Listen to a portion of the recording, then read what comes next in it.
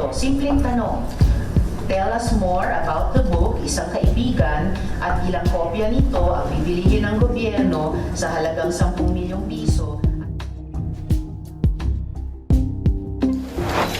This is an example of politicizing the budget hearing through the questions of the senator. Ang problema niya kasi, nakalagay yung pangalan ko doon sa libro.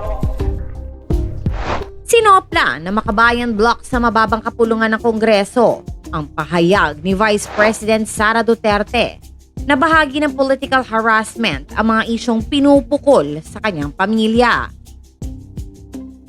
Ayon kay ACT Teacher Party List Representative Franz Castro, ngayon lamang naglakas loob ang lahat na panagutin ang mga nasa likod ng mga krimen na nangyari noong nakaraang administrasyon. Dahil noong panahon aniya ng